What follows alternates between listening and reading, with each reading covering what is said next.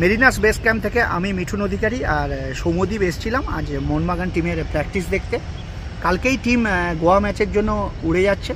Goa match আমাদের কাছে খুবই ভাইটাল।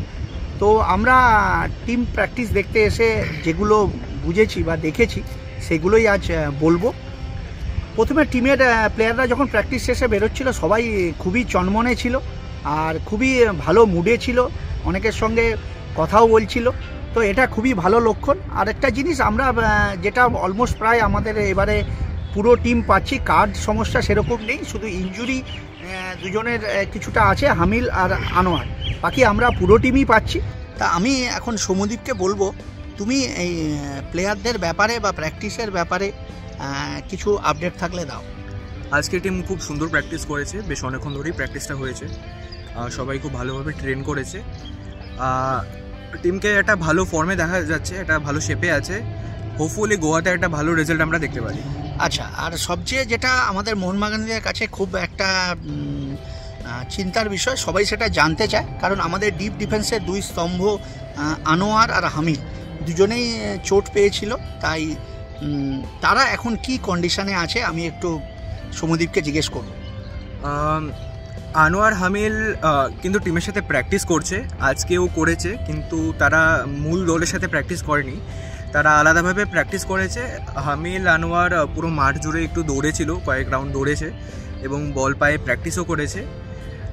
গতকাল সুহেল হালকা চোট পেয়েছিল, সুহেল আজকেও একটু চোটিল মনে হলো, জানি না গোয়া ম্যাচে সে থাকতে পারবে কি না, থাকতেও পারে, সে রিকভার করে যেতে পারে।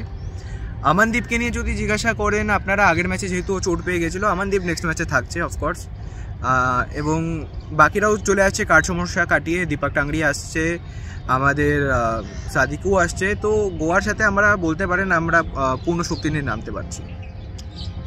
হ্যাঁ, আমরা মোহনবাগানীরা সবাই সেটার ব্যাপারেই আশাবাদী, কারণ আমাদের এবারে কার্ড সমস্যা নেই।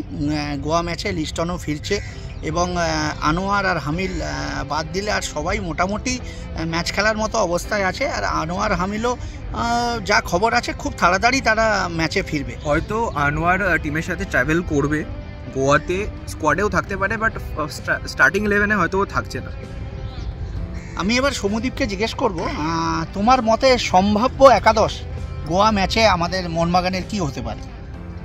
আমার প্রেফার্ড লাইন আপ যেটা হতে পারে সেটা 4-2-3-1, যেখানে অবশ্যই গোলকিপারে আমরা বিশাল কেতকে দেখতে পারি, এবং 4 ব্যাকে আমনদীপ, শুভাশিস বোস, হেক্টর ইউস্টে আর রাজ বাসফোর বা দীপেন্দু দুজনই ভালো খেলে আসছে টিমের জন্য, তো ওরা থাকতে পারে।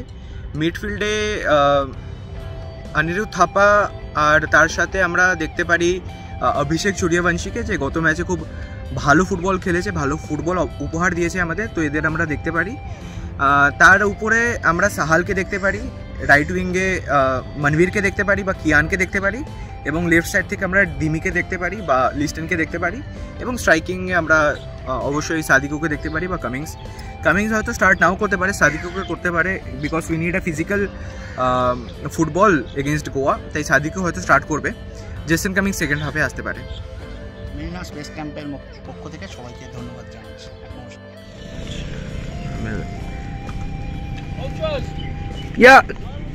জয় মোহনবাগান।